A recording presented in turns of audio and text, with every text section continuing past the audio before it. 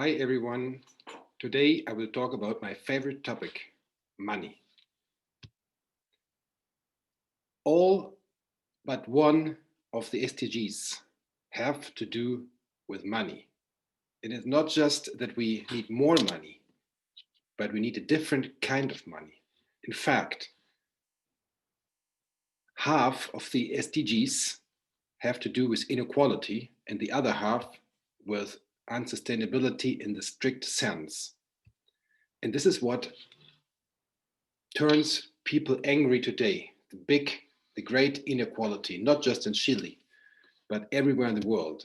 Also, the other big topic that people are concerned about is unsustainability. Both topics have to do with our financial system, specifically with the unneutrality of money. Money is not neutral, as conventional economic theory assumes. And the lacking monetary neutrality is caused by the design of our money, which is supposed to circulate in the economy in the way as blood circulates the human body, the money should circulate in the economy. Well, but our money has two functions that contradict themselves. On the one side, it's supposed to facilitate the interchange of real goods. It's a medium to interchange real goods or to facilitate interchange of real goods. On the other side, money has the function to store values. But if everyone keeps all the money under the pillow or big parts of the money under the pillow, it would not flow in the economy, it would not circulate and not serve as a medium to facilitate the exchange of goods. The reason why we do not hoard money under the pillow, but bring it to the bank is the interest rate. The interest rate is a reward to abstain from liquidity as Keynes defined it. To come back to the metaphor of the money as the blood of the economy, the interest rate is the drug that maintains money circulating. But as any drug, if you use it too much in the long run, it will have strong negative side effects. And this is what happens also with our economy and the interest rate. If we take a look on any financial asset, on a bank account, for example, with 5% interest rate, it will have doubled after 15 years. So 10 euros will be 20 in 15 years. And then next 15 years, it will be 40, then 80, and 160, and so on. So our bank account develops exponentially, very slowly at the beginning, and then very fast. And this is not a matter of the amount of how high the interest rate is. Even very low interest rates will make that the bank account will have doubled after some times. And always if something doubles after some certain time, this is an exponential function, only that the flat part of the curve will be longer.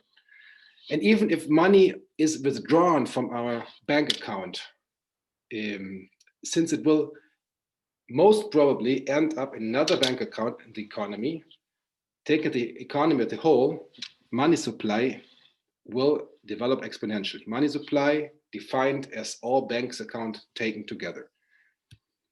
Well, and this exponential function is very difficult for us to understand, since in nature, nothing grows exponentially for a longer time. So it's very difficult for us to understand what exponential growth means. So I use this example. I like to use this example to make clear what it means. Imagine Jesus would have inherited 1 cent from his father Joseph, and if he would have put this money in a bank account, this 1 cent with a 5% annual interest rate, how much would this be today? Of course, Jesus would not have put the money in a bank account with interest rate, because interest rate is forbidden in the Bible. But if he would have done it, how much would this be? That would be 400 billion planets Earth of pure fine gold. So we can now start to imagine that this kind of growth cannot go forever and has to bring along side effects. In fact, there is no interest paying without debt. This means if deposits grow, also our debt in the economy has to grow. Total deposits equal total debt. This means all money that someone has on a bank account, someone else has to have as debt. And interestingly, every dollar bill says this clearly. It states this note is legal tender for all debts, public and private. It's not to buy a car or milk, it's to pay debts, public and private. So in the way money supply grows, also total debt has to grow. It both grow exponentially, and you can see this in any economy of the world. Here we take the data from the US Federal Reserve, but you can see the same exponential function of money supply and debt everywhere in the world. To say it in the words of Frederick Soddy, Nobel Prize winner Frederick Soddy, money is the credit debt relation from which none can effectually escape. Well, now we can understand where inflation as well as speculation comes from. There are so many theories trying to explain inflation. In fact, it's very simple. There's an ever-growing money supply, and since production does not grow at the same rhythm, there will be more money units, monetary units in relation to goods. This we call inflation. And we don't use all this money for consumer goods, to buy consumer goods. We invest it, for example, on the stock market or in the real estate markets. And this is where we see then the price bubbles, which we call speculation. We can say speculation is a partial inflation on those markets. And now we can understand why we have to grow, and in the end, where the unsustainability problem comes from. We have to grow because the interest burden of all businesses, of most businesses, increases. If the money supply and debt in the economy increase exponentially, someone has to pay this. So we can see ever more foreign capital in the balance sheets of businesses that have to pay more interest. And if they don't want to do status quo, they have to grow. And even if a business owner is lucky and the business is not indebted, he still has to grow his business because of inflation. His people he employs want every year more money, more salary because of inflation. So he has to grow because of inflation. And we've just seen inflation has to do with ever-growing money supply. And even if he's lucky and does not have employees that want adjustment for inflation, he still has to grow because of the interest as opportunity cost of any productive investment. If my business does not yield a return at least as high what the bank would pay me, it doesn't make sense. This is why we have to grow. We have to grow no matter what. The interest rate is the rhythm at which the economy has to dance, and not just a fetish. No business makes sense if we don't earn what the bank would pay us, except if we did the business for some other reason. We might do it because we want to help someone with our good products. We want consumers to be happy with our products. But most business owners do their business mostly because they want to earn money. And if it does not yield a return as they could earn in the bank, then it doesn't make sense.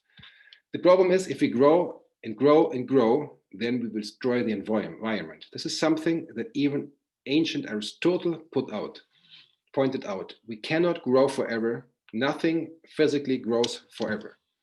And we learn from the first and second law of thermodynamics that you cannot produce a good without energy and without input. So if we grow and grow and grow, we will end up using the last resource of our planet. This is even true for renewable resources, since if we grow and grow and grow, then we will at some moment grow on a faster pace than the reproduction rate of the renewable resource, and then we will also overexploit renewable resources. To put it in the words of Hermann Daly, who a little bit sarcastically pointed out, anything in nature that does not reproduce at the rhythm of interest rate is in danger of extinction. Well, now we can understand the big problem of all political economy textbooks: unemployment. Every politician fears unemployment, and we know we have to grow, otherwise there is unemployment. We know this empirically, but we don't understand why. Here we can understand it. Of course, if we have to grow, but if we do not manage to grow, then the second strategy of every business is to save costs somewhere else, so that the return on investment keeps being at least as high as the opportunity cost. That means interest that would be received in a bank account. Well, so there's this powerful incentive to either grow our business or otherwise to save up costs. And since the cost position, which is most important in any business, is usually the human workforce, human capital. So we try to replace human persons with machines. And if the machine is old, he is also looking for a new job. And now we can understand where inequality comes from. The other big problem, inequality. Here we see the deposits growing, and if you put the debt on the same Cartesian coordinate system, the debt goes this way. So the difference between this point, the upper point, and the lower point, this is our inequality. This is the wealth gap. We can see this here, for example, with data from Germany, which is one of the countries that's supposed to be one of the not so unequal countries with not so much inequality. Still, financial assets grow exponentially, so debt does, and the difference is the inequality. And this is not that it's not just inequality, it is a unjust inequality, because money does not work, nor does it have offspring, as already Aristotle a little bit sarcastically pointed out. This means if someone gains interest here, he does this on the cost of the person that has to work for it. This is the one he gets indebted. I could make a whole speech of 2 hours on this point. You can say so much on this unjust inequality produced by interest. It merits an own speech.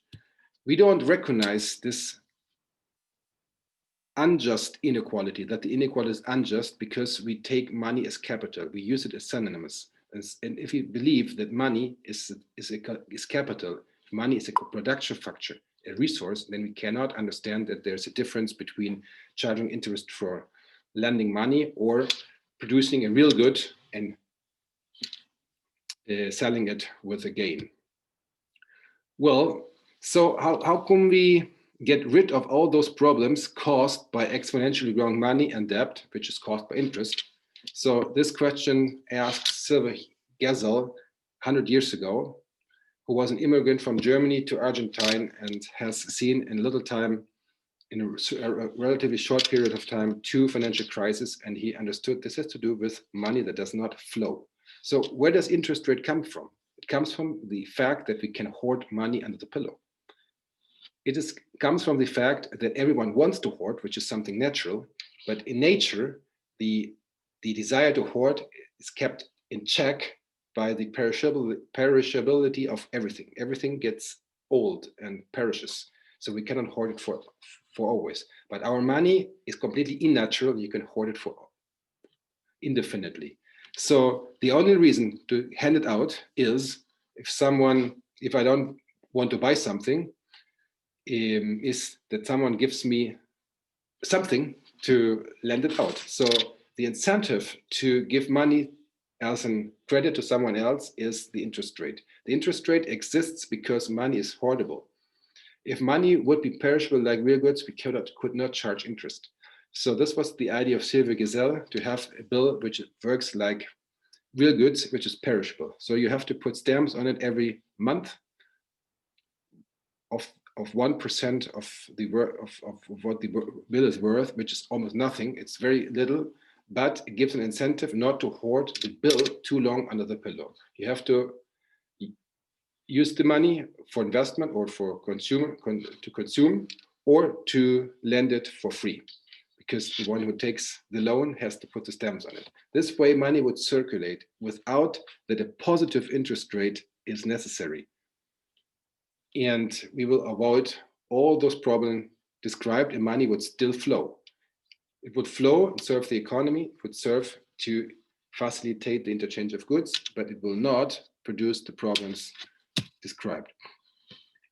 It has been it has been proven, it has been applied in Wörgl and Schwanenkirchen very successfully in the and pulled out of these cities out of the Great Depression in the 1930s. Actually, the bill we just saw it was a bill from Wörgl. Also, because of this success, which spread word all over the world in Liechtenstein, Switzerland, France, Spain, and 30 cities in the USA, this kind of money was used. Unfortunately, it has been prohibited by the Reichsbank after 2 years, even though it was very successful. Today, of course, we can think of less cumbersome banknotes with stamp script. We can think of electronic banknotes or cash cards with negative interest rates attached to it, or of a central bank policy, monetary policy, which applies with some technique the interest rate also to bills. Here two working papers who discuss this idea, and they take reference to Sylvia Gesell directly. They didn't explicitly mention Sylvia Gesell. And if we manage to solve this problem and get money to be neutral and really Solamente as a medium of exchange, then we can construct sustainable and healthy cities. And it also is is necessary to gain economic resilience, since financial crises also come from the system. We see in every country in the world, about every 50 to 80 years, a big financial crisis. And this has to do with the fact that debts grow exponentially. And since the production does not grow on the same level, it's easy to imagine that this system has to go default in some moment. So the crisis we see every certain time, they're not because of greedy bankers. They have to do with the financial system where debt has to grow constantly, and banks have to find ever more debtors. And of course, this is ever more difficult. Meanwhile, everyone else is already indebted until it cannot be more indebted. So they give loans to people with less solvency.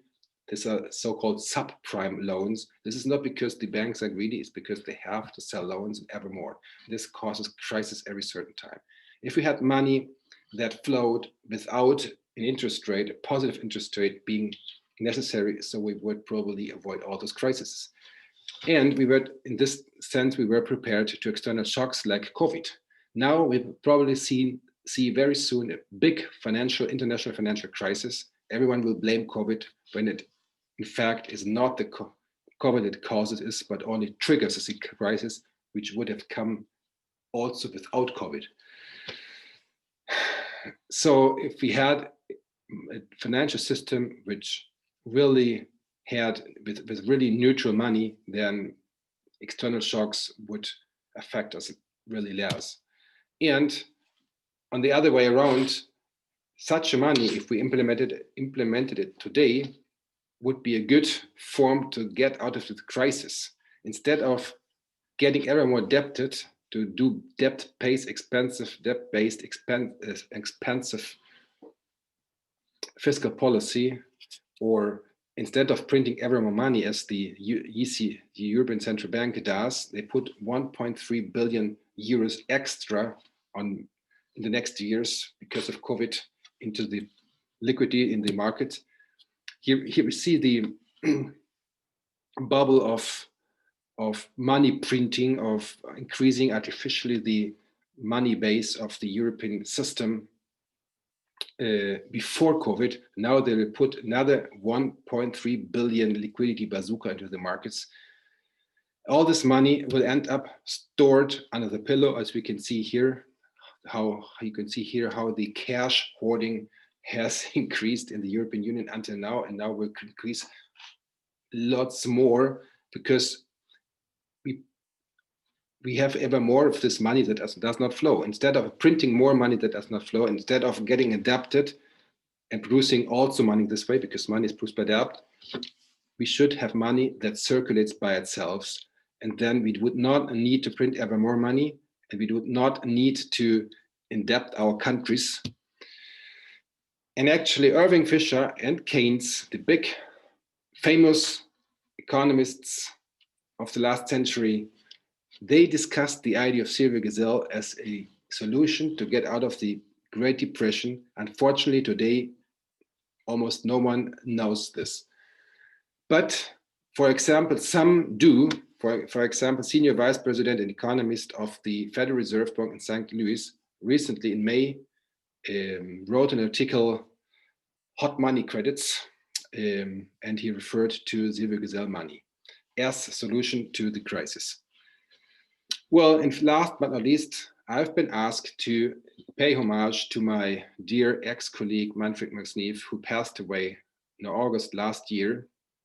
He was very famous, received the Right Livelihood Award for his outstanding work. And one of his most important books is it's a book which is called Human Scale Development. And it is about satisfying our fundamental human needs. Manfred Max Neef invented here a matrix of 9 fundamental human needs and 4 dimensions. And the idea is to develop in the sense that we improve the satisfaction of fundamental human needs. But how do we get there? Today, 2/3 of our economic growth go into inequality, or even more, and only a little part, 1/3 or less, go into development in the sense of improving the satisfaction of fundamental human needs. I am convinced if we managed to have neutral money, such as Silvio Gesell proposed it, that have a negative interest rate attached to the bills, that money has to circulate as real goods do. It gets perishes or it circulates. So, and it really serves as a means of exchange and not as a means to accumulate. Then we really would have come close to perfect competition, and if we also fight against monopolies and collusion and unfair competition, that we have to do this is clear. We have to do this, but also if we do this and also do have neutral money, then we would have an economy where we are not obliged to grow, but on the other side, it is not. It is possible to grow if we have to grow. There's no obstacle to grow. If we want to grow, for example, if fundamental human needs are not satisfied, we can grow to satisfy them. But we only grow to satisfy fundamental human needs if we want to grow, but there's no obligation to grow as today. So 100% of eventual growth would turn into development, while today we grow not to increase fundamental human needs, but we grow for the sake of growth, because we have to grow because of the interest rate as opportunity cost of any productive investment. And this produces ever more inequality. The gap between the upper curve part of the curve of the deposits and the lower parts of the debts gets ever bigger, and very few of this growth really goes into development, in the sense of improving fundamental human needs. I'm convinced with neutral money, we can come to what Herman Daly once called a steady state economy with a constant flow of input, throughput, output, but without we even would have to regulate it by the government. We would automatically come there. Everybody get more relaxed, but not more. That would be not more poverty. We just would get more relaxed. We can grow, but we don't have to grow, and any eventual growth turns into development in the sense of improving fundamental human needs. Finally, I would like to end with some reflections. With neutral money, not all bad virtues will disappear, but today the bad virtues are fostered. Not every destruction of the environment will disappear, but today the destruction is encouraged. Without effective negative rates, without neutral money, a sustainable future, I'm 100% convinced, a sustainable future will not be possible. Thank you.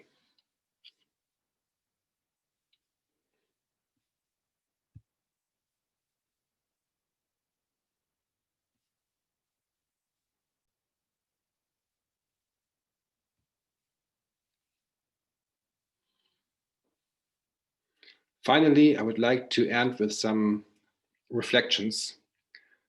With neutral money, not all bad virtues will disappear, but today the bad virtues are fostered. Not every destruction of the environment will disappear, but today the destruction is encouraged.